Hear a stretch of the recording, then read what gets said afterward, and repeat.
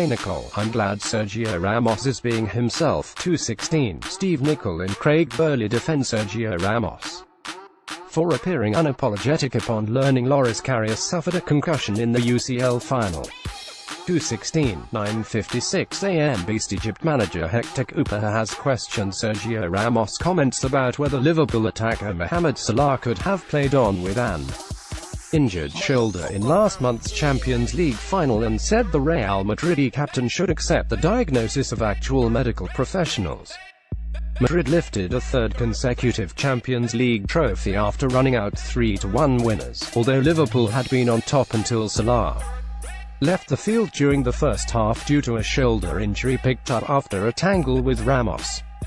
Ramos has reacted to criticism of his challenge by doubting whether Salah's injury was really that serious, but Cooper told a news conference that no player would have left a Champions League final unless there was really no other option. Sergio Ramos said that with an injection he could have played the second half. Cooper said, "I'm not a doctor, I don't know if Ramos is a doctor, but it's a player who is playing a final and has an injury. I've no doubt he would keep playing if it was possible.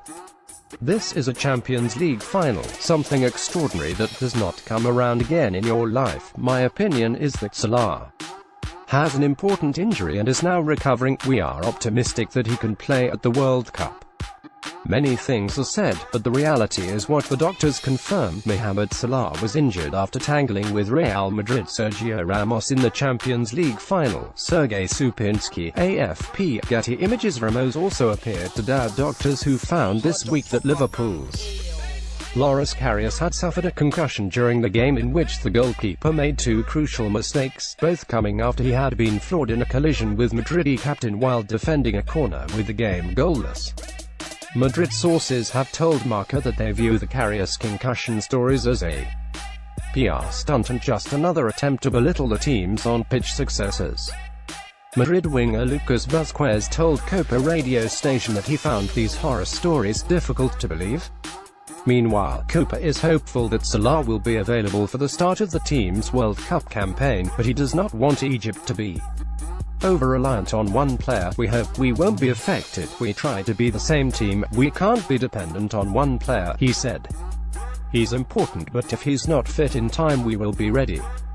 With another player, this is football, these things can happen to any player.